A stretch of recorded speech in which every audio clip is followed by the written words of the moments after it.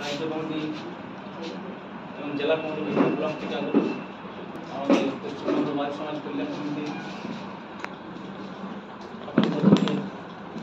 স্বাগত জানাই। আজ পশ্চিম বর্ধমানের কাছে আমরা এসেছি, এখানে জেলা কমিটির যে কমিটি গঠন এবং বিভিন্ন ব্লক কমিটি গঠন সে বিষয়ে আলোচনা। আমাদের যারা রাজ্য নেতৃত্ব আছেন তারা আমাদের এই কমিটি কীভাবে জেলা কমিটিগুলোকে শক্তিশালী করা যায় এবং ব্লকগুলোকে কীভাবে গঠন করা যায় সেটা তাদের কাছ থেকে আমরা জেনে নেব।